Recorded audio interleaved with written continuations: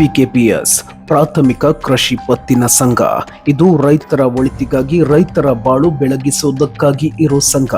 ಆದ್ರೆ ಬಾಗಲಕೋಟೆ ಜಿಲ್ಲೆಯ ಬಿಳಗಿ ತಾಲೂಕಿನ ನಾಗರಾಳ ಗ್ರಾಮದಲ್ಲಿರೋ ಪಿಕೆಪಿಎಸ್ ನಲ್ಲಿ ಅಕ್ರಮಗಳ ವ್ಯವಹಾರ ಸಾಲಾಗಿ ನಡೆದಿದ್ದು ಅನ್ನೋ ಆರೋಪ ಕೇಳಿ ಬಂದಿದೆ. ಸಾಲ ಪಡೆಯದೇ ಇರೋ ರೈತರ ಹೆಸರಿನಲ್ಲಿ ಪಿಕೆಪಿಎಸ್ ನಲ್ಲಿ ಸಾಲದ ಲೀಸ್ಟ್ ಲಭ್ಯವಾಗಿತ್ತು. ಅದರಲ್ಲೂ ಬದುಕಿರೋರಲ್ಲ, ಸತ್ತಂತಹ ವ್ಯಕ್ತಿಗಳ ಹೆಸರಲ್ಲಿಯೂ ಸಾಲ ಪಡೆದಿರೋ ಬಗ್ಗೆ ಗೊತ್ತಾಗಿತ್ತು. ಮೃತ ಕುಟುಂಬಸ್ಥರಿಗೆ ವಿಷಯ ತಿಳಿಯುತ್ತಿದ್ದಂತೆ ಮೃತ ಕುಟುಂಬದ ಸದಸ್ಯರು ತಕ್ಷಣ ಧಾವಿಸಿ ಪಿಕೆಪಿಎಸ್ ಆವರಣದಲ್ಲಿ ಜಮಾಯಿಸಿ ಆತಂಕ ವ್ಯಕ್ತಪಡಿಸಿದ ಪ್ರಸಂಗವೂ ನಡೆಯಿತು. ಅಲ್ಲದೆ ಇದೇ ತೆರನಾಗಿ ಗ್ರಾಮದ ಅನೇಕ ಮೃತರ ಹೆಸರಿನಲ್ಲಿ ಬೆಳೆ ಸಾಲ ಪಡೆದಿದ್ದಾರೆ ಅಂತ ದಾಖಲಾಗಿದೆ. ಸಂಘದ ಮೇಲೆ ಕಾನೂನು ಕ್ರಮ ಜರುಗಿಸಬೇಕು ಅಂತ ಆಗ್ರಹಿಸಿದ್ರು. ನಮಗೆ ಗೊತ್ತೇ ಇಲ್ಲ, ನಾವು ತಗೊಂಡಿಲ್ಲ ಎಲ್ಲರಿಗೂ ಕೇಳಿದ್ರು ನಾವು ತಗೊಂಡಿಲ್ಲ. ನಮ್ಮ ಮಳೆಯನ ಹೆಸರು ಮ್ಯಾಗನು 1,35,000 ರೂಪಾಯಿ ತಕೊಂಡಾರೆ. ಅದನ್ನು ತುಂಬಿ ಅಂತಾರ. ಅದು ಯಾವ ಮಟ್ಟಕ್ಕೆ ತುಂಬಿಕೊಂಡ್ರ ನಮಗ್ ಗೊತ್ತಿಲ್ಲ. ಅವರು ದುಡ್ಕೊಂಡ್ ತಿನ್ನು ತನ್ನ ನೆಲೆ ಇಲ್ಲ ಅಂತ ಪರಿಸ್ಥಿತಿ ಒಳಗೆ ಇವ್ರು ಎಲ್ಲಾರು ಅಪರಾಧ ಮಾಡ್ಕೊತ ಹೊಂಟು ಬಿಟ್ಟಾರ. ಅದು ಎಲ್ಲಾರು ನೋಡ್ಕೊಂಡು ಇದು ಮಾಡ್ಬೇಕು. ಈಗ ಎಷ್ಟು ಮಂದಿ ಐತ್ರಿ ನಮ್ಮಲ್ಲಿ. ಅವ್ರ ಹೆಸರಲ್ಲೇ ಸಾಲ ತಕೊಲಾರ್ದ ಸಾಲ ಅದಾವ. ಲಿಸ್ಟ್ ಅಂದ್ರ ನಮ್ಮಲ್ಲಿ ಊರನವ್ರು ಒಂದಿಷ್ಟು ಹಿಂಗ ಆಗೈತಿ, ಅಪರಾಧ ಆಗ್ಯಾವನ ಹಿರಿಯರ ಹೇಳನ ನಾವು ತಗೊಂಡಿವ್ರಿ ಅದನ್ನ ಲಿಸ್ಟ್. 8-9 ಮಂದಿದ ಐತ್ರಿ. 9 ಮಂದಿ ಐತ್ರಿ. ಆಯ್ತ ಗೊತ್ತಿಲ್ರಿ, ಸೈನ ಮಾಡಿಲ್ಲ ಅಂತ ಇವ್ರ ಹತ್ತಾರ. ಅಲ್ರಿ ಪಾಪ ಅವ್ರಿಗೆ ಏನು ಅನ್ಯಾಯ ಆಗಬಾರ್ದಂತ ನಾವು ಬಯಸ್ತೀವಿ. ಅದ ಏನು ಮುಂದೇನ ಅದ್ರ ಸಂಬಂಧಪಟ್ಟಂತ ಆಫೀಸರು ಕ್ರಮ ತಗೋಬೇಕು. ಇಷ್ಟ ಸಂಬಂಧಪಟ್ಟಂಗೆ ಎಲ್ಲ ಕಂಪ್ಲೇಂಟ್ ಕೊಟ್ರಿ? ಇನ್ನ ಕೊಟ್ಟಿಲ್ಲ ಸರ್, ನಾವು ಎಲ್ಲಿ ಕಂಪ್ಲೇಂಟ್ ಕೊಟ್ಟಿಲ್ಲ, ಏನು ಕಂಪ್ಲೇಂಟ್ ಆಗಿಲ್ಲ. ಈಗ ನೀವು ಇದಕ್ಕೆ ಬರ ಅಂತೇನ ಇಲ್ಲ ಅಂತ ಹೇಗೆ ಒಂದು ಸರ್ಟಿಫಿಕೇಟ್ ಕೊಟ್ಟಾರ ನಿಮ್ಗೆ ಎನ್ಒಸಿ? ಹ್ಞೂನ್ರಿ. ಮತ್ತ ಅದೇ ಹಂಗ ಕೊಟ್ಟಾರಂತ? ಅದ್ ಏನ್ ಕೊಟ್ಟಾರ ಗೊತ್ತಿಲ್ರಿ, ನಿಮ್ ಸಾಲನೇ ಇಲ್ಲ ಅಂತ ಕೊಡಕತ್ಯಾರ. ಈ ಕೇಳಾಕ್ ಬರೋಣ.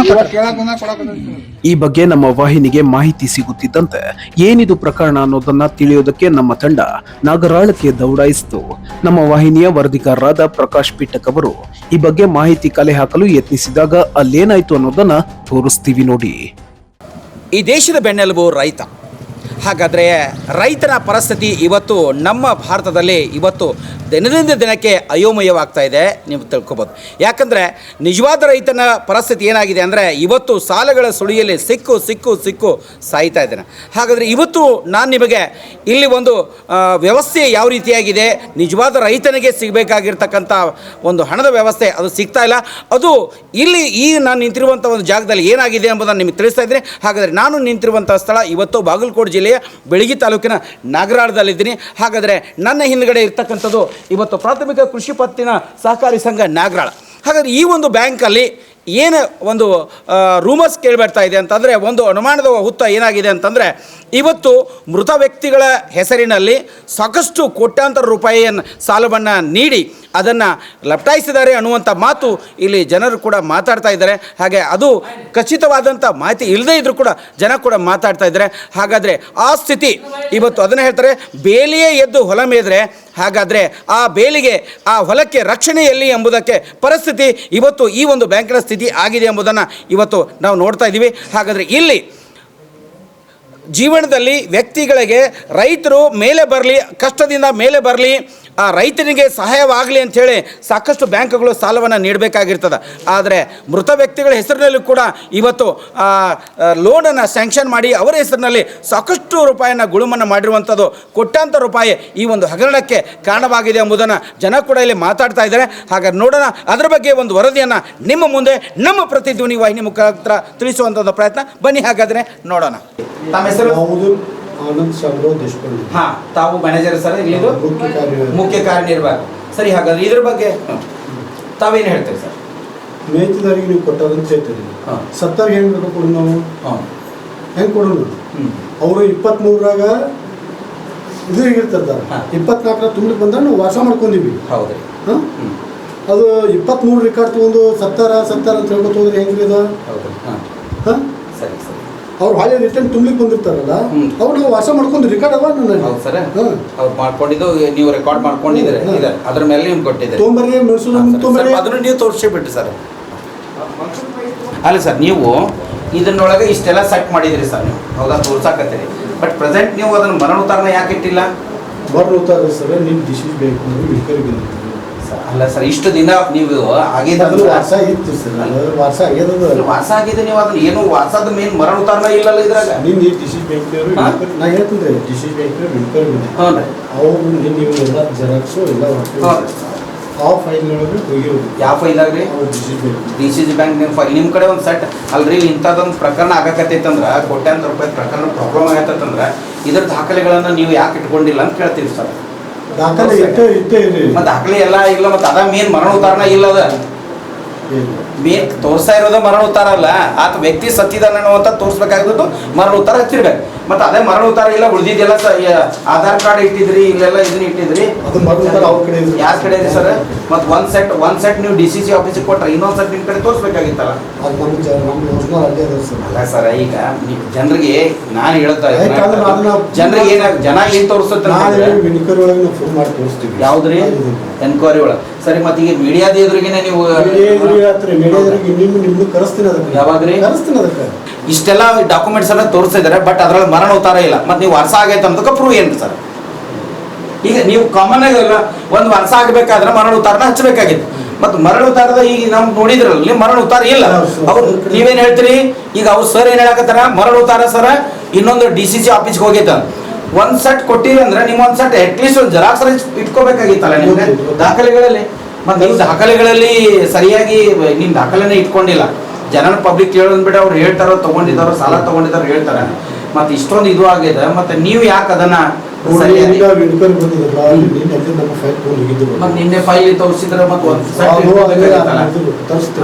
ಹೌದ್ರಿ ಸರಿ ಸರ್ ಇದ್ರಲ್ಲಿ ಸರ್ ಇನ್ನೊಂದು ಸಮಸ್ಯೆ ಎಷ್ಟು ಮಂದಿ ಇದಾರೆ ಟೋಟಲ್ ಈ ತರ ಈ ಪ್ರಾಬ್ಲಮ್ ಆಗೈತೆ ಸರ್ ಯಾವ ಆಗಿಲ್ಲ ಹೌದ್ರಿ ಇದು ಒಂದಾಗಿದ್ರೆ ಸರಿ ಅವ್ರದ್ದು ಹೇಳ್ತಾ ಇರೋದು ಒಂದೇ ಒಂದು ಆಗಿದ್ರೆ ತೋರ್ಸಾಕತ್ತಾರ ಅವರು ಅದರಲ್ಲಿ ನೋಡಿ ಸರ್ ಆಮೇಲೆ ಇನ್ನು ಆನಂದ್ ಕೊಲಾರ್ ಏನದಲ್ಲ ಅದು ಒಂದು ಡೆತ್ ಅದು ನಾವು ಇನ್ನೂ ಅದನ್ನು ಏನು ವಾಸ ಮಾಡಿಲ್ಲ ಇಲ್ಲೇ ಅದು ನೀವು ಈಗ ಅದು ವಾಸ ಮಾಡಿಲ್ಲ ಈಗ ವಾಸ ಮಾಡಿದ್ದನ್ನ ಹೇಳಕತ್ರಿ ವಾಸ ಮಾಡಿದ ಆಮೇಲೆ ಅದು ಬ್ಯಾಂಕ್ ಲೆವೆಲ್ದಾಗ ನಾವು ರೊಕ್ಕ ಕಟ್ಟಿವಿ ನಮ್ಮ ದುಡಿ ಬಂಡವಾಳದಾಗ ಈಗ ನಾವು ಖರ್ಚು ಬಂದಿವಿ ಬ್ಯಾಂಕ್ ಲೆವೆಲ್ದಾಗ ಅವರು 0% ಇತ್ತು ಕಟ್ಟಬೇಕಾಗಿ ನಮಗೆ ಲೋನ್ ಕೊಡೋದಿಲ್ಲ ಅವರು ಸರಿ ಅದನ್ನ ನಾವು ಅಲ್ಲಿ ಈಗ ನಿಮ್ಮ ಎದುರಿಗೆ ಕಂಡಿರಿ ಇದು ಅಂತೂ ಇದ್ರಾಗ ನಾವು ನೋಡಿದ ಪ್ರಕಾರ ನಾವು ನೀವು ಅಲ್ಲ ಸರ್ ಈ ಡೋಂಟ್ ಹೆಂಗೆ ಸರ್ ಪ್ಲೀಸ್ ಸರ್ ನೀವು ಅದ್ರ ಇದರಿಂದ ಇದನ್ನ ಅನ್ಬೇಡ್ರಿ ಬೇಕಂತೂ ಅದು ಮತ್ತು ರಾಜಕೀಯ ದುರ್ದರ್ಶನೂ ಮಾಡಲ್ಲ ಈಗ ಅದನ್ನ ನೀವು ಹೇಳ್ರಿ ಇವತ್ ನಾನು ಹೆಂಗ್ ಕೇಳೋದು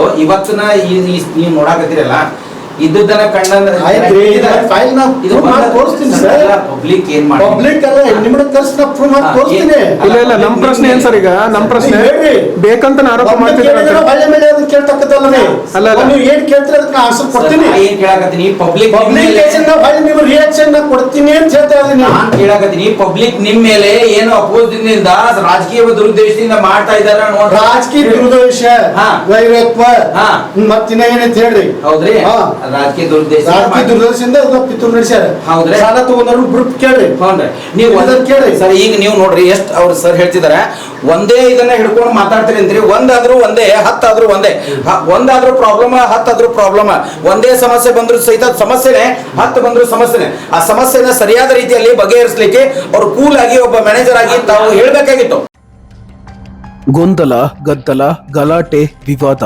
ಮಾಧ್ಯಮದವರ ಮೇಲೆಯೇ ಏರಿ ಬರುವಂತೆ ಮಾತನಾಡಿದ ಮುಖ್ಯ ಕಾರ್ಯನಿರ್ವಾಹಕ ಆನಂದ್ ದೇಶಪಾಂಡೆ ಇರಲಿ ಬಿಡಿ ಸರ್, ನೀವು ಸರಿಯಾಗಿಯೇ ಇರಬಹುದು, ನೀವು ತಪ್ಪು ಮಾಡದೇ ಇರಬಹುದು, ಆದ್ರೆ ಹೆದರಿಸಿ ಮಾತಾಡೋದ್ರಿಂದ ಧ್ವನಿ ಏರಿಸೋದ್ರಿಂದ ಸತ್ಯ ಸುಳ್ಳಾಗಲ್ಲ, ಸುಳ್ಳು ಸತ್ಯ ಕೂಡ ಆಗಲ್ಲ.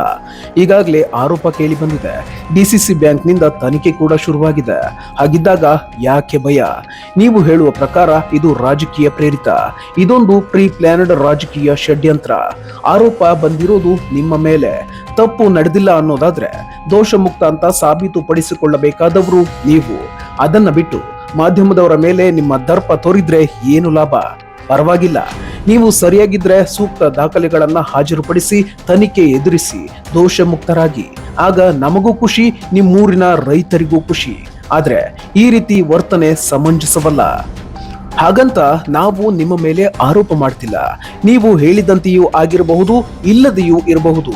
ಅದು ತಿಳಿಯೋದು ತನಿಖೆಯ ನಂತರವಷ್ಟೇ. ಇದು ರಾಜಕೀಯ ಪ್ರೇರಿತ ಚುನಾವಣೆಯ ಸಮಯ ಆಗಿರೋದ್ರಿಂದ ಹೀಗೆಲ್ಲ ರಾಜಕೀಯ ಮಾಡ್ತಿದ್ದಾರೆ ಅನ್ನೋ ಪ್ರತ್ಯಾರೋಪಗಳು ಕೇಳಿ ಬರುತ್ತಿದ್ದು, ಈ ಬಗ್ಗೆ ಸ್ಥಳೀಯರೊಬ್ಬರು ನಮ್ಮ ಜೊತೆ ಮಾತನಾಡಿದ್ರು. ಸರ್, ತಮ್ಮ ಹೆಸರು? ಕಾಡಪ್ಪ ಪಡೆಯಪ್ಪ ಗೊಳಸಂಗಿ. ಸರಿ, ಹಾಗಾದ್ರೆ ಇವತ್ತು ಇಲ್ಲಿ ಇದೊಂದು ಹಗರಣ ಆಗಿದೆ ಅಂತ ಹೇಳ್ತಿದ್ದಾರೆ. ಇದ್ರ ಬಗ್ಗೆ ನಿಮ್ಮ ಅನಿಸಿಕೆ ಏನ್ರಿ? ಇದು ರಾಜಕೀಯ ತಿಕ್ಕಾಟ ಹಾಂ. ಒಣ್ಣೆದ್ದ 30 ವರ್ಷ ಆತು ಒಬ್ಬ ಚೇರ್ಮನ್ ಅದಾನ. ಪಡಿಯಪ್ಪ ಸೂರಪ್ಪ ತೀರ್ಕಣ್ಣವ್ರನ್ನವ್ರು ಹೊರಗಿನ ತಂದ ಇಲ್ಲಿ ಹಾಕಿ ಅವನ ಮ್ಯಾಗ ವ್ಯವಹಾರ ಮಾಡಬೇಕು, ಈ ಟೈಪ್ ಮಾಡಬೇಕು ಸೆಕ್ರೆಟರಿ ಮ್ಯಾಗ ಅನ್ನೋದು ಸುಮಾರು ಬುದ್ಧಿ ಓಡಿಸ್ತಾರ್ರಿ. ಏನೋ ತಪ್ಪು ತಿಳ್ಕೊಬೇಡ್ರಿ, ಅವ್ರ ಜೋಡಿನ ಎದ್ದ ಮನುಷ್ಯ ಅದಾನಿ ಏನ ಅಂತ ಹೊಲಸ ಮನುಷ್ಯರಲ್ಲ ಅವರು. ಇವತ್ತಿಗೆ ನನಗೆ ಗುರ್ತೈತಿ 12 ಮಂದಿ 12 ಥರ ಹೇಳ್ತಾರ್ರಿ. ನನಗೆ ಗುರ್ತೈತಿ. ಅವಂದೇನು ನಾ ಏನು 1 ರೂಪಾಯಿ ತಿನ್ನಾವಲ್ಲ ಮಾಡಾವಲ್ಲ, ಅಂಥದ್ದೆಲ್ಲ ವ್ಯವಹಾರ ಮಾಡಿ ಮಾಡ್ಯಾರು ಅಂತಂದ ಅಪಪ್ರಚಾರ ಮಾಡ್ತಾರ್ರಿ. ದಯಮಾಡಿ ಹೇಳ್ತೀನಿ, 30 ವರ್ಷ ಆತ ಅವ ಚೇರ್ಮನ್ ಆಗಿ ಇವತ್ತಿಗೆ ಒಂದು ಏನು ತಿನ್ನಲ್ದ ಮನುಷ್ಯಾಗ ಅಪರಾಧ ಇದು ಮಾಡ್ತಾರಂದ್ರೆ ತಪ್ಪವೆ ಅಲ್ಲ. Right, correct. ನೀವು ಒಬ್ರು ಒಳ್ಳೆ ವಿಚಾರವನ್ನ ನಿಮ್ದು ವ್ಯಕ್ತಪಡಿಸಿ. ನಾವೊಬ್ಬ ನೇಕಾರ ಮನುಷ್ಯ ಏನ ಅವ ಎಷ್ಟೋ ಮಂದಿಗೆ ಕೈಲೆ ಕೊಟ್ಟ ಅಂಗಳ ಕಸ ಹೊಡಿಗಿ ಬಾಂಡೆ ಸಾಮಾನು ತೆಕ್ಕಿ ಇಬ್ಬರದಾರ. ಒಬ್ಬ ದೇಶಪಾಂಡೆ, ಒಬ್ಬ ತಿರ್ಕಣ್ಣವ್ರ ಹತ್ತದಾರು. ಅವ್ರ ಹೊರತ ನಮ್ಮ ಊರಾಗಿಲ್ಲ. ಯಾಕಂದ್ರೆ ಅವ್ರು ಏನು ಮಾಡ್ತಾರೋ ದುರುದ್ದೇಶ ರಾಜಕೀಯ. 82ರಾಗ ನಾ ಚುನಾವಣೆ ಮಾಡಾಕತ್ತೇನ್ರಿ ರಾಮಕೃಷ್ಣ ಹೆಗಡೆ ಅವ್ರ ಜೋಡಿ. ಅಂಥವ್ರ ಜೋಡಿ ನಾವು ಇವರು ಕೂಡೇ ಇದ್ದವ್ರು. ಇವತ್ತಿಗೆ ಮತ್ತ ನಿಮ್ಮ ಕಂಡು ಬಂದಿಲ್ಲ? ಕಂಡಿಲ್ಲ. ಓಕೆ, ಕಂಡ್ರು ನಾ ಅದಾನೆ ಗುತ್ತಿಗೆ ಅಂಥದ್ದು ಮಾಡಿಲ್ಲ ಅವ ಅನ್ನೋದು ನಮಗೆ ಗುರ್ತೈತಿ. ಸೆಕ್ರೆಟ್ರಿನೂ ಅಂಥವಲ್ಲ. ಅದೇನೇ ಇರಲಿ, ಅಕ್ರಮ ನಡೆದಿದೆ ಅಂತ ಕೆಲವರು, ಇದು ರಾಜಕೀಯ ಷಡ್ಯಂತ್ರ ಅಂತ ಇನ್ನು ಕೆಲವರು. ಇದರಲ್ಲಿ ಸತ್ಯ ಯಾವುದು ಸುಳ್ಳು ಯಾವುದು ಅನ್ನೋದು ತನಿಖೆಯ ನಂತರ ಹೊರಬರಬೇಕಿದೆ. ಅದೇನೇ ಆಗಿದ್ರೂ ಯಾರಿಗೂ ಅನ್ಯಾಯವಾಗಬಾರದು. ಸತ್ಯ ಬೆಂಕಿ ಹಾಗೆ, ಎಷ್ಟೇ ಮುಚ್ಚಿಟ್ರು ಎಲ್ಲವನ್ನ ಸುಟ್ಟು ಒಂದು ದಿನ ಆಚೆ ಬರಲೇಬೇಕು, ಬಂದೇ ಬರುತ್ತೆ.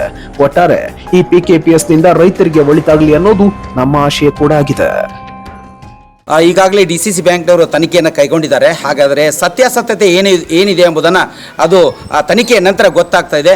ಇಲ್ಲಿ ಒಳಗಿನ ತಿರುಳು ಏನಿದೆ ಎಂಬುದನ್ನು ಕೂಡ ಈಗ ಆಲ್ರೆಡಿ ನಿಮಗೆ ಮ್ಯಾನೇಜರು ಕೂಡ ಮಾತನಾಡಿದರೆ, ಅದನ್ನು ಇನ್ನೊಂದು ಸ್ವಲ್ಪ ದಿನದಲ್ಲಿ ಕಾದು ನೋಡೋಣ. ವಾಸ್ತವಿಕ ಸ್ಥಿತಿಯನ್ನು ನಿಮ್ಮ ಮುಂದೆ ತಪ್ಪದೆ ವೀಕ್ಷಿಸಿ. ನಿಮ್ಮ ಪ್ರತಿಧ್ವನಿ ವಾಹಿನಿ.